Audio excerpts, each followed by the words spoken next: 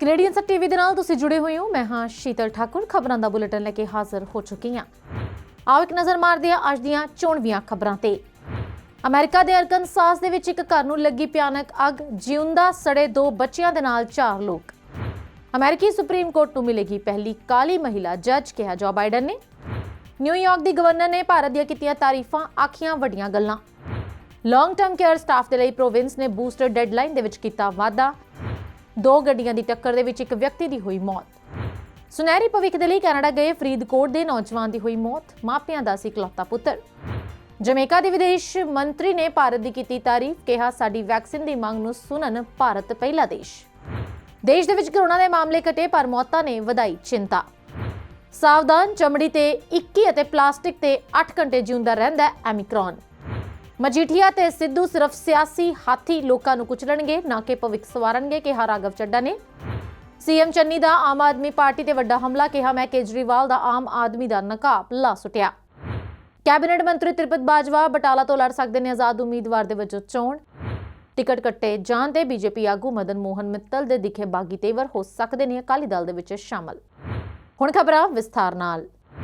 America ਦੇ ਮੱਧ ਅਰਕਨਸਾਸ ਦੇ ਵਿੱਚ ਇੱਕ ਘਰ ਦੇ ਵਿੱਚ ਅੱਗ ਲੱਗਣ ਦੇ ਕਾਰਨ 2 ਬੱਚਿਆਂ ਸਮੇਤ 4 ਲੋਕਾਂ ਦੀ ਮੌਤ ਹੋਈ ਹੈ। ਅਰਕਨਸਾਸ ਰਾਜ ਪੁਲਿਸ ਨੇ ਇੱਕ ਬਿਆਨ ਦੇ ਵਿੱਚ ਦੱਸਿਆ ਕਿ ਹੌਟ ਸਪ੍ਰਿੰਗਸ ਤੇ ਉੱਤਰ ਪੂਰਬ ਦੇ ਵਿੱਚ 2-5 ਕਿਲੋਮੀਟਰ ਦੂਰ ਸਥਿਤ ਇੱਕ ਘਰ ਦੇ ਵਿੱਚ ਸ਼ੁੱਕਰਵਾਰ ਸਵੇਰੇ 10 ਵਜੇ ਤੋਂ ਥੋੜੀ ਦੇਰ ਬਾਅਦ ਅੱਗ ਲੱਗੀ।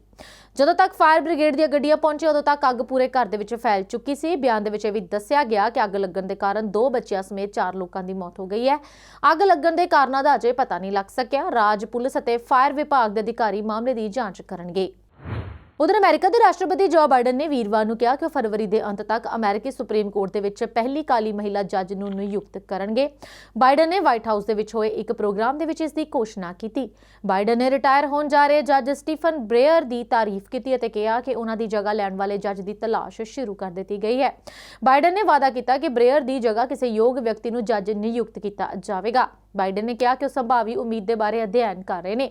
ਬਾਈਡਨ ਨੇ ਕਿਹਾ ਕਿ ਮੈਂ ਫੈਸਲਾ ਕੀਤਾ ਕਿ ਮੈਂ ਜਿਸ ਵਿਅਕਤੀ ਦੀ ਨਿਯੁਕਤੀ ਕਰਾਂਗਾ ਉਹ ਅਸਾਧਾਰਨ ਯੋਗਤਾ, ਚਰਿੱਤਰ ਅਤੇ ਸੱਚਿਆਰਤਾ ਵਾਲਾ ਵਿਅਕਤੀ ਹੋਵੇਗਾ। ਉਹ ਵਿਅਕਤੀ ਸੰਯੁਕਤ ਰਾਜ ਅਮਰੀਕਾ ਦੀ ਸੁਪਰੀਮ ਕੋਰਟ ਦੇ ਵਿੱਚ ਨਿਯੁਕਤ ਹੋਣ ਵਾਲੀ ਪਹਿਲੀ ਕਾਲੀ ਮਹਿਲਾ ਹੋਵੇਗੀ। ਉਧਰ ਨਿਊਯਾਰਕ ਦੀ ਗਵਰਨਰ ਕੈਥੀ ਹੋਚੂਲ ਨੇ ਕਿਹਾ ਕਿ 26 ਜਨਵਰੀ 1950 ਨੂੰ ਦੁਨੀਆ ਬਿਹਤਰੀ ਦੇ ਲਈ ਬਦਲ ਗਈ ਸੀ, ਜਦੋਂ ਕਿ ਭਾਰਤ ਇੱਕ ਸਮਾਵੇਸ਼ੀ, ਧਰਮ ਨਿਰਪੱਖ ਅਤੇ ਬਹੁਲਵਾਦੀ ਗਣਰਾਜ ਬਣਿਆ ਸੀ। ਉਹਨਾਂ ਨੇ ਕਿਹਾ ਕਿ ਨਿਊਯਾਰਕ ਦੇ ਵਿੱਚ ਲਗਭਗ 4 ਲੱਖ ਭਾਰਤੀ ਅਮਰੀਕੀ ਨੇ, ਜਿਨ੍ਹਾਂ ਦਾ ਦੇਸ਼ ਦੇ ਲਈ ਯੋਗਦਾਨ ਅੱਗੇ ਵੀ ਜਾਰੀ ਰਹੇਗਾ। ਭਾਰਤ ਨੇ ਬੁੱਧਵਾਰ ਨੂੰ ਆਪਣਾ 73ਵਾਂ ਗਣਤੰਤਰ ਦਿਵਸ ਮਨਾਇਆ। ਗਣਤੰਤਰ ਦਿਵਸ ਦੀਆਂ ਸ਼ੁਭਕਾਮਨਾਵਾਂ ਦਿੰਦੇ ਹੋਏ ਹੋਚੂਲ ਨੇ ਇੱਕ ਵੀਡੀਓ ਵਿੱਚ ਕਿਹਾ ਕਿ 26 ਜਨਵਰੀ 1950 ਨੂੰ ਦੁਨੀਆ ਬਿਹਤਰੀ ਦੇ ਲਈ ਬਦਲ ਗਈ, ਕਿਉਂਕਿ ਭਾਰਤ ਨੇ ਆਪਣਾ ਸੰਵਿਧਾਨ ਅਪਣਾਇਆ ਸੀ ਅਤੇ ਬ੍ਰਿਟਿਸ਼ ਸ਼ਾਸਨ ਤੋਂ ਆਜ਼ਾਦੀ ਪ੍ਰਾਪਤ ਕਰਨ ਦੇ 3 ਸਾਲ ਬਾਅਦ ਅਧਿਕਾਰਤ ਤੌਰ ਤੇ ਇੱਕ ਸਮਾਵੇਸ਼ੀ, ਧਰਮ ਨਿਰਪੱਖ ਅਤੇ ਬਹੁਲਵਾਦੀ ਗਣਰਾਜ ਬਣ ਗਿਆ ਸੀ। ਹੋਚੂਲ ਨੇ ਕਿਹਾ ਕਿ ਇਹ ਨਾ ਸਿਰਫ ਉਸ ਦਿਨ ਦੀ ਇਤਿਹਾਸਕ ਪ੍ਰਾਪਤੀ ਦਰਸਾਉਣ ਦਾ ਸਮਾਂ ਹੈ, ਸਗੋਂ ਉਹਨਾਂ ਯੋਗਦਾਨਾਂ ਨੂੰ ਉਜਾਗਰ ਕਰਨ ਦਾ ਵੀ ਸਮਾਂ ਹੈ ਜੋ ਭਾਰਤੀ ਭਾਈਚਾਰੇ ਨੇ ਹਰ ਦਿਨ ਦੁਨੀਆ ਭਰ ਦੇ ਵਿੱਚ ਦਿੱਤਾ ਹੈ। ਉਹਨਾਂ ਨੇ ਕਿਹਾ ਕਿ ਅੱਜ ਭਾਰਤ ਦੁਨੀਆ ਦਾ ਸਭ ਤੋਂ ਵੱਡਾ ਲੋਕਤੰਤਰ ਹੈ, ਜਦਕਿ ਆਜ਼ਾਦੀ, ਸਮਾਵੇਸ਼, ਸਮਾਨਤਾ ਅਤੇ ਖੁਸ਼ਹਾਲੀ ਦੇ ਨਾਲ ਜੁੜੇ ਮੁੱਲਾਂ ਤੇ ਬਣਿਆ ਹੋਇਆ ਹੈ। ਇਹ ਸਾਂਝੇ ਆਦਰਸ਼ ਨੇ ਅਤੇ ਅਸੀਂ ਮਿਲ ਕੇ ਇਹਨਾਂ ਨੂੰ ਅੱਗੇ ਵਧਾਉਂਦੇ ਹਾਂ। ਉਹਨਾਂ ਨੇ ਕਿਹਾ ਕਿ ਨਿਊਯਾਰਕ ਨੂੰ ਲਗਭਗ 4 ਲੱਖ ਭਾਰਤੀ ਅਮਰੀਕੀਆਂ ਦਾ ਘਰ ਹੋਣ ਤੇ ਮਾਣ ਹੈ, ਜਿਨ੍ਹਾਂ ਨੇ ਸਾਡੇ ਮਹਾਨ ਰਾਜ ਦੇ ਲਈ ਬਹੁਤ ਯੋਗਦਾਨ ਪਾਇਆ ਸੀ ਅਤੇ ਮੈਨੂੰ ਪਤਾ ਹੈ ਕਿ ਰਾਜ ਦੇ ਲਈ ਇਹ ਯੋਗਦਾਨ ਅੱਗੇ ਵੀ ਜਾਰੀ ਰਹੇਗਾ। ਨਿਊਯਾਰਕ ਦੇ ਵਿੱਚ ਭਾਰਤ ਦੇ ਕੌਂਸਲ ਜਨਰਲ ਰਣਧੀਰ ਜਾਇਸਵਾਲ ਨੇ ਹੋਚੂਲ ਨੂੰ ਉਹਨਾਂ ਦੀਆਂ ਹਾਰਦਿਕ ਸ਼ੁਭਕਾਮਨਾਵਾਂ ਦੇ ਲਈ ਧੰਨਵਾਦ ਵੀ ਕੀਤਾ। ਨਿਊਯਾਰਕ ਦੇ ਵਿੱਚ ਭਾਰਤ ਦੇ ਵਣਜ ਦੂਤਘਰ ਨੂੰ ਨਿਊਯਾਰਕ ਰਾਜ ਦੇ ਵਿੱਚ 26 ਜਨਵਰੀ ਨੂੰ ਭਾਰਤ ਦੇ ਗਣਤੰਤਰ ਦਿਵਸ ਦੇ ਵਜੋਂ ਮਨਾਉਣ ਅਤੇ ਘੋਸ਼ਿਤ ਕਰਨ ਦੇ ਲਈ ਨਿਊਯਾਰਕ ਸੈਨੇਟ ਦੇ ਵੱਲੋਂ ਪਾਸ ਕੀਤਾ ਗਿਆ ਅਤੇ ਇੱਕ ਵਿਧਾਨਕ ਮਤਾ ਪ੍ਰਾਪਤ ਹੋਇਆ। ਨਿਊਯਾਰਕ ਦੇ ਵਿੱਚ ਭਾਰਤ ਦੇ ਵਣਜ ਦੂਤਘਰ ਤੇ ਸੰਯੁਕਤ ਰਾਸ਼ਟਰ ਦੇ ਵਿੱਚ ਭਾਰਤ ਦੇ ਸਥਾਈ ਮਿਸ਼ਨ ਨੇ 73ਵੇਂ ਗਣਤੰਤਰ ਦਿਵਸ ਨੂੰ ਵਿਸ਼ੇਸ਼ ਸਮਾਗਮਾਂ ਦਾ ਆਯੋਜਨ ਕਰਕੇ ਮਨਾਇਆ। ਉਧਰ ਓਨਟਾਰੀਓ ਦੇ ਲੌਂਗ ਟਰਮ ਕੇਅਰ ਵਰਕਰਸ ਅਤੇ ਕੋਵਿਡ-19 ਵੈਕਸੀਨ ਦੀ ਤੀਜੀ ਡੋਜ਼ ਲਗਵਾਉਣ ਦੇ ਲਈ ਵਾਧੂ ਸਮਾਂ ਦਿੱਤਾ ਗਿਆ। ਇਹ ਫੈਸਲਾ ਓਮਿਕਰੌਨ ਵੇਰੀਐਂਟ ਦੇ ਕਾਰਨ ਵੱਧ ਰਹੀਆਂ ਆਊਟਬ੍ਰੇਕਸ ਤੇ ਵੈਕਸੀਨ ਕਲੀਨਿਕਸ ਤੱਕ ਪਹੁੰਚ ਸੀਮਿਤ ਹੋਣ ਦੇ ਕਾਰਨ ਕੀਤਾ ਗਿਆ। ਇਸ ਸੈਕਟਰ ਦੇ ਨਾਲ ਜੁੜੇ ਸਟਾਫ ਨੂੰ ਨੌਕਰੀ ਦੇ ਵਿੱਚ ਬਣੇ ਰਹਿਣ ਦੇ ਲਈ ਪਹਿਲਾ ਸ਼ੁੱਕਰਵਾਰ ਤੱਕ ਦਾ ਸਮਾਂ ਦਿੱਤਾ ਗਿਆ, ਪਰ ਹੁਣ ਇਸ ਤਾਰੀਖ ਨੂੰ 14 ਮਾਰਚ ਤੱਕ ਵਧਾ ਦਿੱਤਾ ਗਿਆ। ਇਹ ਖੁਲਾਸਾ ਲੌਂਗ ਟਰਮ ਕੇਅਰ ਮੰਤਰੀ ਦੇ ਵੱਲੋਂ ਵੀਰਵਾਰ ਨੂੰ ਕੀਤਾ ਗਿਆ। ਵਨੇਸਾ ਡੀ ਮੈਟਿਸ ਨੇ ਇੱਕ ਈਮੇਲ ਦੇ ਵਿੱਚ ਲਿਖਿਆ ਕਿ ਇਸ ਦੇ ਨਾਲ ਸਟਾਫ ਦੇ ਪੱਧਰ ਨੂੰ ਮੇਨਟੇਨ ਕਰਦਿਆਂ ਹੋਇਆਂ ਤੀਜੀ ਡੋਜ਼ ਦੇਣਾ ਵੀ ਯਕੀਨੀ ਬਣਾਇਆ ਜਾ ਸਕੇਗਾ। ਡੀ ਮੈਟਿਸ ਨੇ ਆਖਿਆ ਕਿ ਤੀਜੀ ਡੋਜ਼ ਲੈਣ ਦੇ ਯੋਗ ਲੌਂਗ ਟਰਮ ਕੇਅਰ ਸਟਾਫ ਦੇ ਵਿੱਚੋਂ 77% ਨੇ ਐਤਵਾਰ ਤੱਕ ਦੀ ਤੀਜੀ ਡੋਜ਼ ਲੈ ਲਈ ਹੈ। ਵੀਰਵਾਰ ਤੱਕ ਪ੍ਰੋਵਿੰਸ ਦੇ 56% ਲੌਂਗ ਟਰਮ ਕੇਅਰ ਹੋਮਸ ਦੇ ਵਿੱਚ ਕੋਵਿਡ-19 ਆਊਟਬ੍ਰੇਕ ਹੋ ਚੁੱਕਿਆ ਹੈ। ਜ਼ਿਕਰਯੋਗ ਹੈ ਕਿ ਫ੍ਰਾਂਸ ਨੇ ਲੌਂਗ ਟਰਮ ਕੇਅਰ ਰੈਜ਼ੀਡੈਂਟਸ ਦੇ ਲਈ ਵੈਕਸੀਨ ਦੀ ਚੌਥੀ ਡੋਜ਼ ਸ਼ੁਰੂ ਕੀਤੀ ਹੈ ਤੇ ਵਰਕਰਸ ਦੇ ਲਈ ਤੀਜੀ ਡੋਜ਼ ਲਾਜ਼ਮੀ ਕਰ ਦਿੱਤੀ ਗਈ ਹੈ। ਉਧਰ ਬਰੈਂਪਟਨ ਦੇ ਵਿੱਚ ਦੋ ਗੱਡੀਆਂ ਦੀ ਟੱਕਰ ਹੋਣ ਦੇ ਨਾਲ ਇੱਕ ਵਿਅਕਤੀ ਦੀ ਮੌਤ ਹੋ ਗਈ। ਇਸ ਦੀ ਪੁਸ਼ਟੀ ਵੀਰਵਾਰ ਨੂੰ ਪੁਲਿਸ ਨੇ ਕੀਤੀ ਹੈ। ਇਹ ਘਟਨਾ ਰਾਤ 9:15 ਵਜੇ ਹੋਈ ਹੈ। ਪੀਲ ਰੀਜਨਲ ਪੁਲਿਸ ਨੇ ਦੱਸਿਆ ਕਿ ਦੋ ਵਿਅਕਤੀਆਂ ਦਾ ਇਲਾਜ ਮੌਕੇ ਦੇ ਉੱਤੇ ਕੀਤਾ ਗਿਆ ਅਤੇ ਇੱਕ ਵਿਅਕਤੀ ਦੀ ਮੌਕੇ ਦੇ ਉੱਤੇ ਮੌਤ ਹੋ ਗਈ। ਇਹ ਪਤਾ ਨਹੀਂ ਲੱਗ ਸਕਿਆ ਕਿ ਹੋਰਨਾਂ ਨੂੰ ਕਿੰਨੀਆਂ ਗੰਭੀਰ ਸੱਟਾਂ ਲੱਗੀਆਂ। ਇਸ ਦੌਰਾਨ ਰੇ ਲੌਨਸਨ ਬੋਲੀਵੀਅਰਡ ਅਤੇ ਸਟੀਲਜ਼ ਐਵੇਨਿਊ ਵੈਸਟ ਦਰਮਿਆਨ ਮੈਵਿਸ ਰੋਡ ਦੇ ਉੱਤਰ ਵਾਲੀਆਂ ਅਤੇ ਦੱਖਣ ਵਾਲੀਆਂ ਲੇਨਸ ਹਾਦਸੇ ਤੋਂ ਬਾਅਦ ਬੰਦ ਕਰ ਦਿੱਤੀਆਂ ਗਈਆਂ। ਜ਼ਿਕਰਯੋਗ ਹੈ ਕਿ ਇੱਕ ਵੱਖਰੀ ਘਟਨਾ ਦੇ ਵਿੱਚ ਵੀਰਵਾਰ ਨੂੰ ਬਰੈਂਪਟਨ ਦੇ ਵਿੱਚ ਇੱਕ ਰਾਹਗੀਰ ਜ਼ਖਮੀ ਹੋ ਗਿਆ ਤੇ ਉਸ ਨੂੰ ਕੁਈਨ ਸਟਰੀਟ ਤੇ ਰੁਦਰਫੋਰਡ ਰੋਡ ਏਰੀਆ ਦੇ ਵਿੱਚੋਂ ਗੱਡੀ ਵੱਲੋਂ ਟੱਕਰ ਮਾਰੀ ਗਈ। ਉਧਰ ਕੈਨੇਡਾ ਦੇ ਵਿੱਚ ਆਏ ਦਿਨੀ ਪੰਜਾਬੀਆਂ ਦੀ ਮੌਤ ਦੀਆਂ ਖਬਰਾਂ ਸਾਹਮਣੇ ਆ ਰਹੀਆਂ ਨੇ। ਇਸੇ ਤਰ੍ਹਾਂ ਹੀ ਇੱਕ ਹੋਰ ਦੁਖਦਾਈ ਖਬਰ ਸਾਹਮਣੇ ਆਈ ਹੈ ਜਿਸ ਵਿੱਚ ਸੁਮਿਤ ਕਟਾਰੀਆ ਨਾਂ ਦੇ ਇੱਕ ਅੰਤਰਰਾਸ਼ਟਰੀ ਵਿਦਿਆਰਥੀ ਦੀ ਮੌਤ ਹੋ ਗਈ। ਸੁਮਿਤ ਕਟਾਰੀਆ ਦੀ ਕੈਨੇਡਾ ਦੇ ਬਰੈਂਪਟਨ ਵਿਖੇ ਬੀਤੀ ਰਾਤ 9:15 ਵਜੇ ਮੇਵਿਸ ਕਲੇਮਟਾਈਨ ਖੇਤਰ ਦੇ ਵਿੱਚ ਵਾਪਰੇ ਸੜਕ ਹਾਦਸੇ ਦੇ ਵਿੱਚ ਮੌਤ ਹੋ ਗਈ। ਮ੍ਰਿਤਕ ਦਾ ਪੰਜਾਬ ਤੋਂ ਪਿਛੋਕੜ ਫਰੀਦਕੋਟ ਜ਼ਿਲ੍ਹੇ ਦੇ ਨਾਲ ਦੱਸਿਆ ਜਾਂਦਾ ਹੈ। ਮ੍ਰਿਤਕ ਅੰਤਰਰਾਸ਼ਟਰੀ ਵਿਦਿਆਰਥੀ ਸੀ ਅਤੇ ਉਮਰ 26 ਸਾਲ ਦੇ ਕਰੀਬ ਸੀ। ਸੁਮਿਤ ਕੈਨੇਡਾ ਵਿਖੇ 2018 ਦੇ ਵਿੱਚ ਅੰਤਰਰਾਸ਼ਟਰੀ ਵਿਦਿਆਰਥੀ ਦੇ ਵਜੋਂ ਆਇਆ ਸੀ ਅਤੇ ਉਹ ਆਪਣੇ ਮਾਪਿਆਂ ਦਾ ਇਕਲੌਤਾ ਪੁੱਤਰ ਸੀ। ਜਮੈਕਾ ਦੀ ਵਿਦੇਸ਼ ਮੰਤਰੀ ਕੈਮਿਨਾ ਜੇ ਸਮਿਥ ਨੇ ਵੈਕਸੀਨ ਦੇ ਲਈ ਜਮੈਕਾ ਦੀ ਬੇਨਤੀ ਨੂੰ ਸਭ ਤੋਂ ਪਹਿਲਾਂ ਸੁਣਨ ਦੇ ਲਈ ਭਾਰਤ ਦੀ ਸ਼ਲਾਘਾ ਕੀਤੀ। ਕਿੰਗਸਟਨ ਦੇ ਵਿੱਚ ਭਾਰਤੀ ਹਾਈ ਕਮਿਸ਼ਨ ਦੇ ਵਿੱਚ ਗਣਤੰਤਰ ਦਿਵਸ ਸਮਾਰੋਹ ਦੇ ਵਿੱਚ ਬੋਲਦਿਆਂ ਸ਼੍ਰੀਮਤੀ ਸਮਿਥ ਨੇ ਕਿਹਾ ਕਿ ਭਾਰਤ ਦੱਖਣੀ ਸਹਿਯੋਗ ਦੇ ਵਿੱਚ ਹਮੇਸ਼ਾ ਮੋਹਰੀ ਰਿਹਾ ਹੈ। ਉਹਨਾਂ ਨੇ ਇਹ ਵੀ ਕਿਹਾ ਕਿ ਅਗਸਤ ਦੇ ਵਿੱਚ ਦੋਵੇਂ ਦੇਸ਼ ਕੂਟਨੀਤਿਕ ਸੰਬੰਧਾਂ ਦੇ 60 ਸਾਲ ਪੂਰੇ ਹੋਣ ਦਾ ਜਸ਼ਨ ਮਨਾਉਣਗੇ। ਉਹਨਾਂ ਨੇ ਅੱਗੇ ਵੀ ਕਿਹਾ ਕਿ ਜਮੈਕਾ ਦੀ ਜਨਤਾ ਤੇ ਸਰਕਾਰ ਦੀ ਤਰਫੋਂ ਮੈਂ ਭਾਰਤ ਨੂੰ 73ਵੇਂ ਗਣਤੰਤਰ ਦਿਵਸ ਦੀ ਵਧਾਈ ਦੇਣਾ ਚਾਹੁੰਦਾ। ਇਹ ਇਸ ਦੇ ਲਈ ਹੋਰ ਵੀ ਜ਼ਿਆਦਾ ਖਾਸ ਹੈ ਕਿਉਂਕਿ ਇਹ ਭਾਰਤ ਦੀ ਆਜ਼ਾਦੀ ਦਾ 75ਵਾਂ ਸਾਲ ਹੈ। ਉਹਨਾਂ ਨੇ ਕਿਹਾ ਕਿ ਅਸੀਂ ਨਾ ਸਿਰਫ ਦੁਨੀਆ ਦੇ ਸਭ ਤੋਂ ਵੱਡੇ ਲੋਕਤੰਤਰ ਦਾ ਜਸ਼ਨ ਮਨਾ ਰਹੇ ਹਾਂ ਸਗੋਂ ਧਰਮ, ਗਣਿਤ, ਰਾਜਨੀਤੀ, ਟੈਕਨੋਲੋਜੀ ਤੇ ਸੱਭਿਆਚਾਰ ਅਤੇ ਭਾਰਤ ਦੀ ਗਲੋਬਲ ਛਾਪ ਦਾ ਵੀ ਜਸ਼ਨ ਮਨਾ ਰਹੇ ਹਾਂ। ਭਾਰਤ ਵੈਕਸੀਨ ਸਹਾਇਤਾ ਦੇ ਲਈ ਜਮੈਕਾ ਦੀ ਬੇਨਤੀ ਨੂੰ ਗੰਭੀਰਤਾ ਦੇ ਨਾਲ ਲੈਣ ਵਾਲਾ ਪਹਿਲਾ ਦੇਸ਼ ਵੀ ਸੀ ਅਤੇ ਦੱਖਣੀ ਸਹਿਯੋਗ ਦਾ ਮਜ਼ਬੂਤ ਸਮਰਥਕ ਵੀ ਰਿਹਾ। ਵਿਦੇਸ਼ ਮੰਤਰੀ ਐਸ ਜੈਸ਼ੰਕਰ ਨੇ ਸ਼੍ਰੀਮਤੀ ਸਮਿਥ ਦਾ ਧੰਨਵਾਦ ਕੀਤਾ ਅਤੇ ਕਿਹਾ ਕਿ ਭਾਰਤ ਹਮੇਸ਼ਾ ਜਮੈਕਾ ਦੇ ਨਾਲ ਖੜਾ ਰਹੇਗਾ। ਧਿਆਨ ਦੇਣ ਯੋਗ ਹੈ ਕਿ ਕੈਰੇਬੀਅਨ ਟਾਪੂ ਦੇਸ਼ ਜਮੈਕਾ ਨੇ 8 ਮਾਰਚ 2021 ਨੂੰ ਕੋਵਿਡ-19 ਦੇ ਨਾਲ ਲੜਨ ਦੇ ਲਈ ਵੈਕਸੀਨ ਦੀ ਪਹਿਲੀ ਖੁਰਾਕ ਪ੍ਰਾਪਤ ਕੀਤੀ ਸੀ। ਭਾਰਤ ਸਰਕਾਰ ਨੇ ਜਮੈਕਾ ਨੂੰ ਐਸਟਰਾਜੈਨੇਕਾ ਦੀਆਂ 50,000 ਖੁਰਾਕਾਂ ਤੋਹਫੇ ਵਜੋਂ ਦਿੱਤੀਆਂ ਜੋ ਕਿ ਕਿੰਗਸਟਨ ਦੇ ਨਾਰਮਨ ਮੈਨਲੇ ਅੰਤਰਰਾਸ਼ਟਰੀ ਹਵਾਈ ਅੱਡੇ ਤੇ ਚਾਰਟਰ ਫਲਾਈਟ ਰਾਹੀਂ ਪਹੁੰਚੀਆਂ ਸਨ। ਉਧਰ ਭਾਰਤ ਦੇ ਵਿੱਚ ਪਿਛਲੇ 24 ਘੰਟੇ ਦੇ ਵਿੱਚ ਕੋਰੋਨਾ ਦੇ 2,35,532 ਨਵੇਂ ਮਾਮਲੇ ਸਾਹਮਣੇ ਆਏ। ਇਸ ਦੇ ਨਾਲ ਹੀ ਦੇਸ਼ ਦੇ ਵਿੱਚ ਕੋਰੋਨਾ ਦੇ ਸਰਗਰਮ ਮਾਮਲਿਆਂ ਦੀ ਗਿਣਤੀ ਵੱਧ ਕੇ 20,04,333 ਹੋ ਚੁੱਕੀ ਹੈ। ਇਸ ਸੰਕਰਮਿਤ ਮਾਮਲਿਆਂ ਦਾ 4.91% ਹੈ। ਰੋਜ਼ਾਨਾ ਸੰਕਰਮਣ ਦਰ 13.39% ਹੋ ਗਈ ਹੈ। ਮੰਤਰਾਲੇ ਨੇ ਵੀ ਦੱਸਿਆ ਕਿ ਇਸੇ ਮਿਆਦ ਦੇ ਵਿੱਚ 3,35,939 ਲੋਕ ਕੋਰੋਨਾ ਤੋਂ ਠੀਕ ਵੀ ਹੋ ਚੁੱਕੇ ਨੇ। ਹੁਣ ਤੱਕ ਕੁੱਲ 3,83,60,710 ਲੋਕ ਕੋਰੋਨਾ ਤੋਂ ਠੀਕ ਹੋ ਚੁੱਕੇ ਨੇ। ਸਿਹਤਮੰਦ ਹੋਣ ਦੀ ਦਰ 93.89% ਹੈ। ਉੱਥੇ ਕੇਂਦਰੀ ਸਿਹਤ ਮੰਤਰਾਲੇ ਦੇ ਅਨੁਸਾਰ ਦੇਸ਼ ਭਰ ਦੇ ਵਿੱਚ ਬੀਤੇ 24 ਘੰਟਿਆਂ ਦੇ ਦੌਰਾਨ ਕੋਰੋਨਾ ਦੇ ਨਾਲ 871 ਲੋਕਾਂ ਨੇ ਜਾਨ ਗਵਾਈ। ਇਹ ਗਿਣਤੀ ਇੱਕ ਦਿਨ ਦੇ ਪਹਿਲੇ ਦੇ ਮੁਕਾਬਲੇ 200 ਤੋਂ ਵੀ ਵੱਧ ਹੈ। ਸ਼ੁੱਕਰਵਾਰ ਨੂੰ 627 ਮਰੀਜ਼ਾਂ ਨੇ ਕੋਰੋਨਾ ਦੇ ਕਾਰਨ ਜਾਨ ਗਵਾਈ ਸੀ। ਇਸ ਦੇ ਨਾਲ ਹੀ ਪਿਛਲੇ 24 ਘੰਟੇ ਦੇ ਵਿੱਚ 50 ਲੱਖ ਤੋਂ ਵੱਧ ਕੋਰੋਨਾ ਟੀਕੇ ਲਗਾਏ ਗਏ। ਕੁੱਲ ਟੀਕਾਕਰਨ 165.04 ਕਰੋੜ ਤੋਂ ਵੀ ਵੱਧ ਹੋ ਗਿਆ। ਦੇਸ਼ ਦੇ ਵਿੱਚ ਪਿਛਲੇ 24 ਘੰਟੇ ਦੇ ਵਿੱਚ 17,59,434 ਕੋਰੋਨਾ ਟੈਸਟ ਕੀਤੇ ਗਏ। ਇਸ ਦੇ ਨਾਲ ਹੀ ਦੇਸ਼ ਦੇ ਵਿੱਚ ਹੁਣ ਤੱਕ 72,57,74,705 ਕੋਰੋਨਾ ਟੈਸਟ ਕੀਤੇ ਗਏ। ਉਧਰ ਐਮੀਕ੍ਰੌਨ ਵੇਰੀਐਂਟ ਭਾਰਤ ਸਮੇਤ ਦੁਨੀਆ ਭਰ ਦੇ ਵਿੱਚ ਕੋਰੋਨਾ ਵਾਇਰਸ ਇਨਫੈਕਸ਼ਨ ਦੇ ਵਿੱਚ ਵਾਧੇ ਦਾ ਕਾਰਨ ਬਣਿਆ ਹੈ, ਪਰ ਇਹ ਵੇਰੀਐਂਟ ਇਸ ਮਹਾਮਾਰੀ ਤੋਂ ਬਾਹਰ ਨਿਕਲਣ ਦੇ ਵਿੱਚ ਕਾਰਗਰ ਸਾਬਤ ਹੋ ਸਕਦਾ ਹੈ। Indian council of medical research ਨੇ ਆਪਣੇ ਅਧਿਐਨ ਦੇ ਵਿੱਚ ਇਹ ਖੁਲਾਸਾ ਕੀਤਾ ਕਿ ਐਮੀਕ੍ਰੌਨ ਵੇਰੀਐਂਟ ਦੇ ਨਾਲ ਇਨਫੈਕਟਡ ਹੋਣ ਤੋਂ ਬਾਅਦ ਇਸ ਦੇ ਨਾਲ ਵਿਕਸਿਤ ਹੋਣ ਵਾਲੀ ਐਂਟੀਬਾਡੀ ਨਾ ਸਿਰਫ ਇਸ ਵੇਰੀਐਂਟ ਦੇ ਖਿਲਾਫ ਸਗੋਂ ਕੋਰੋਨਾ ਵਾਇਰਸ ਦੇ ਹੋਰ ਵੇਰੀਐਂਟਸ ਦੇ ਵਿਰੁੱਧ ਵੀ ਅਸਰਦਾਰ ਹੋਵੇਗੀ।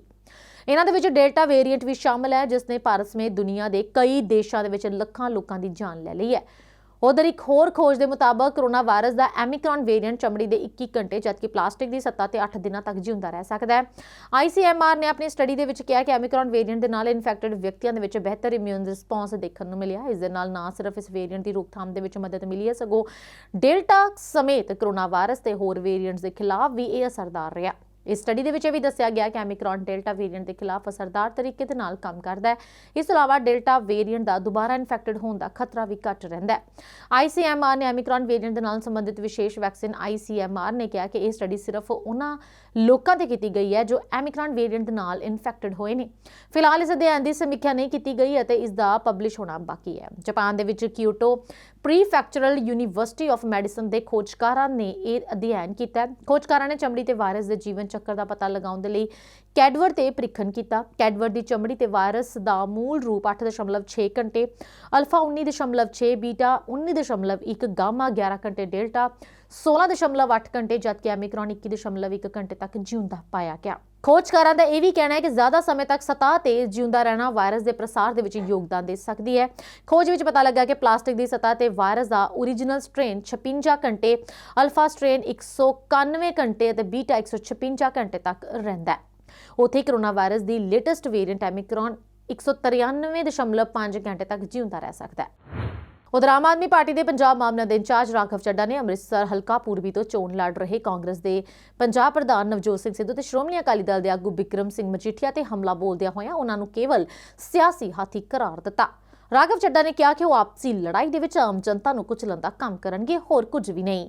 ਪ੍ਰੈਸ ਕਾਨਫਰੰਸ ਦੇ ਦੌਰਾਨ ਉਹਨਾਂ ਨੇ ਕਿਹਾ ਕਿ ਜਿਸ ਬਿਕਰਮ ਮਜੀਠੀਏ ਤੇ ਨਸ਼ੇ ਦਾ ਵਪਾਰ ਕਰਨ ਦਾ ਦੋਸ਼ ਹੈ, ਉਹ ਲੋਕਾਂ ਦੀ ਕੀ ਸੇਵਾ ਕਰਨਗੇ।